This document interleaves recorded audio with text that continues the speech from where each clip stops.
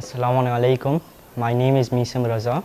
I'm originally from India, but I have lived my entire life in Africa, Congo. My main city is Kinshasa.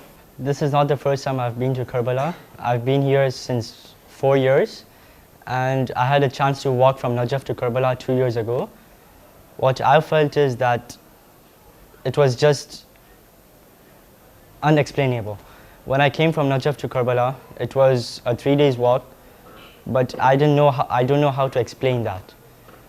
The walk that was, people were dying to serve you, and when I walked from Najaf to Karbala, I felt the pain of Imam Sajjad when he walked from Karbala to Kufa and Sham.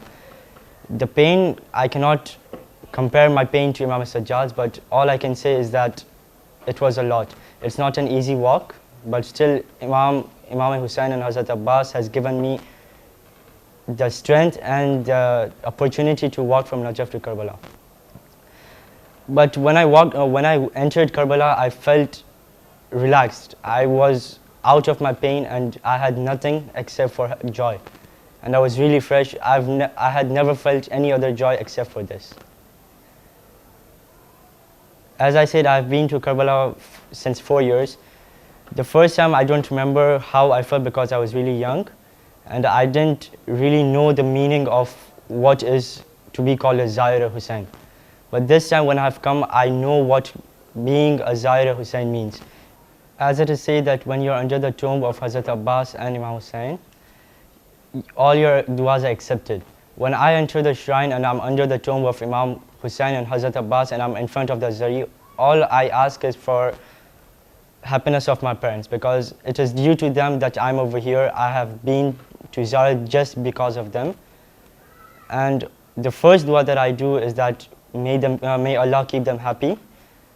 And the second dua is always that I wish that I'm always here in Karbala. I wish I can never go back.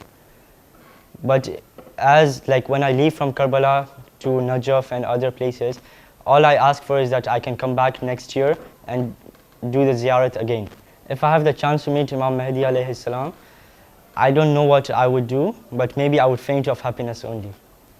Because it's just a dream come true. Every Shia has a dream that if he gets to meet Imam Zamana, we don't know what we would do. Especially me, I wouldn't know what I would do. I would maybe faint, I would maybe jump of joy, but I have no idea what I would do. The advice that I would give to all the viewers that are viewing this video is that please do come to Ziyarat of Imam Hussein. It's not a problem of you would get blasted over here or there is no security. When you come over here, you will be secured. Maybe Fatima Zahra will be in security of you. She will be securing you. So please do come for Ziyarat. And it is even said that those who know the reward of coming to Karbala and doing the Ziyarat of Imam Hussein and Hazrat Abbas, they would just die of just joy and happiness.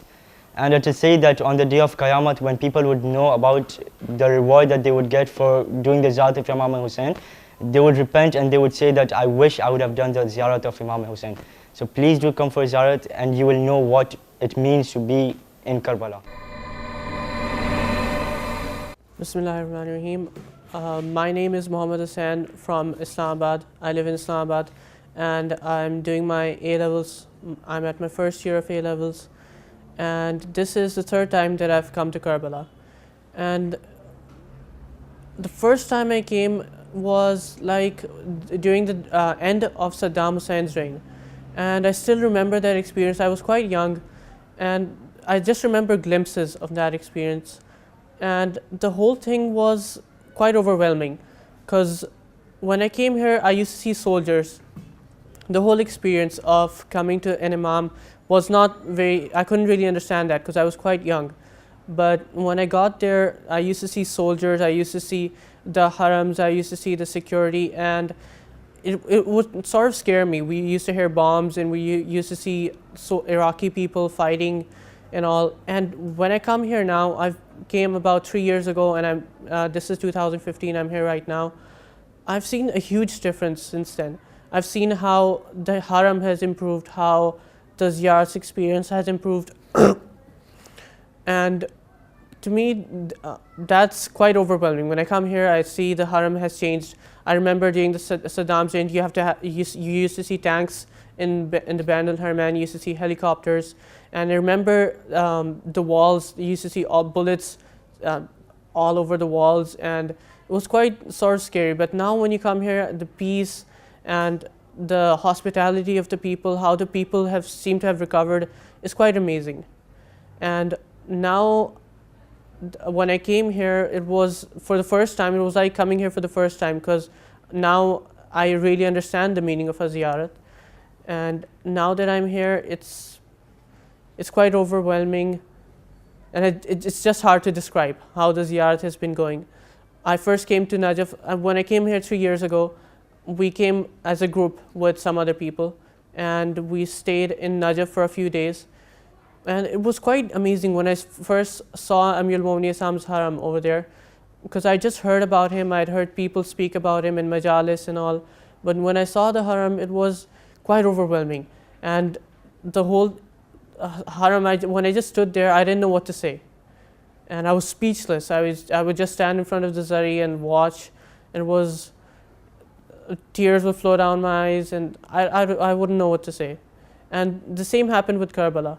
When I came here, because I'd seen Imam's haram on Karbala TV, but I didn't really know how it was. And when I came here, it was quite unusual for me to have that experience of standing in front of an Imam and talking to him.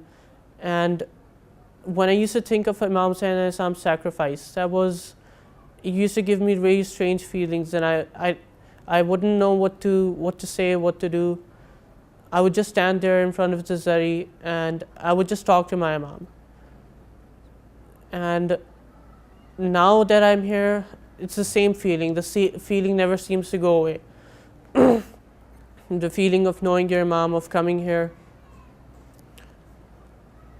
And this time that I've come, I've just come from Najaf. I've been here for a few days in Karbala. And the ziyarat has been going great. It's hard to describe the feeling that you get when you're doing a ziyarat. Well, coming to Karbala was quite hard, especially this time, because I was having my midterm examinations these days. And coming here meant losing a lot of work, missing on a lot of work, and the ticket was quite expensive. We tried coming for Arba'in, but we couldn't make it. And now that we're here, I'm still grateful that we're here. It is hard. It is hard, especially since you don't know the language. I'm not here with my father. I'm here with my mom. We don't know the language. It's hard to communicate, but we've been doing great. It's amazing. If I had gone to some other country or some other place, I don't think it's as easy to talk to the people, to get what you want, what you need. Here, the people are quite helpful, and no matter what happens, even if if I have a lot of money, if I can go to 100 other places, I prefer to come here, because this place just gives you a lot of peace. You know, people talk about meditating and doing yoga and stuff that gives you peace, but true peace doesn't really come from that. When you pray, when you come for a ziyarat, you see, when I just enter through the doors of the haram and I just look at the zari and I stand over there, it just gives you an overwhelming feeling of peace, and you don't know what to say. You're just standing there and you just forget all your problems, because you just forget all the problems that you have in your life, all the worries, all the things that you need to do, and you're just so totally relaxed, and you just sit down there, and sometimes you even forget what you need to ask for. When you pray, you even forget what you need to pray for. So I don't think I would go anywhere else. If I have an option to go somewhere, I would certainly come here, or maybe to Iran for ziyarat. This is an amazing experience, and you can never get the same feeling anywhere else in the whole world. Unfortunately, I can't talk about my ziyarat experience, because most of the people in Pakistan are Sunni, and they wouldn't really appreciate me talking about ziyarat, and even those who are Shia are not quite informed about Islam and religion, so they're not really interested. I remember the second time that I came here, my teachers got really angry with me, because they used to get really, I don't know why, but they would get really offended when I used to mention Karbala. When I told them that I was going to Karbala, it made them quite angry.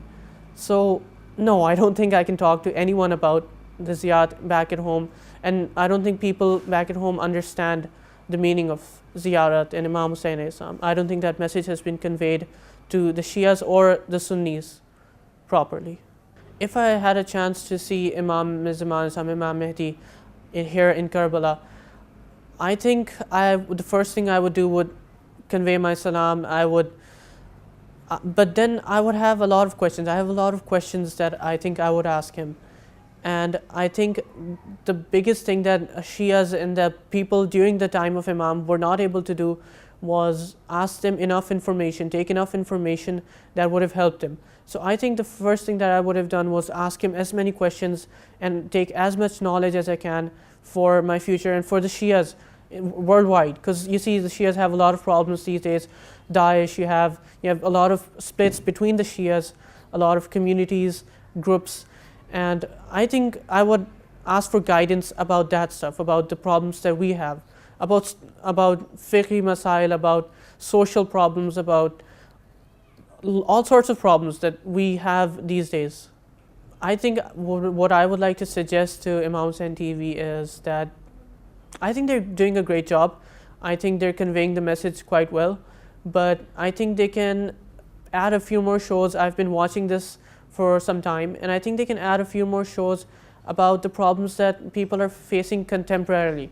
Like Shias mainly are not really worried about wilayat. We need to talk about things that is really taking Shias away from their religion.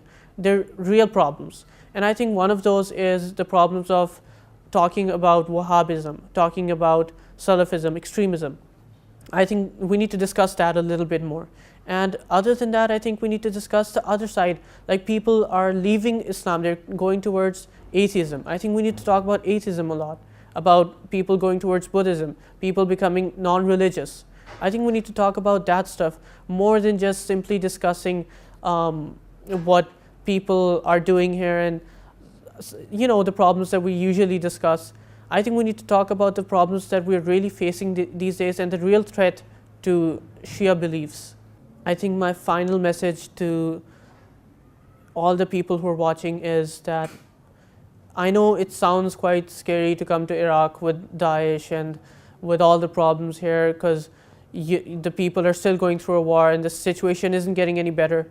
But I think that my final message is, don't be afraid. Come here for ziyarat. If you haven't come here, you can't understand the meaning of the ziyarat. It's so immense, the peace, the feelings, the blessings that they give you, the blessings that you return with.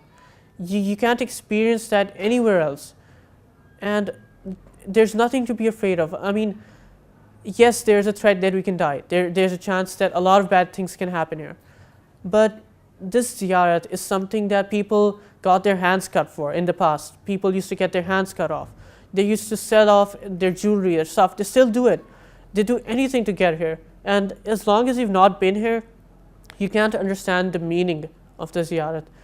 And I would say, come here no matter what happens. Come here for Arba'in. Come here whenever you can. But do come here. And don't be afraid of all the problems that the media is propagating, all of the situation getting worse. It's not like that. And you'll see what I'm saying once you come here.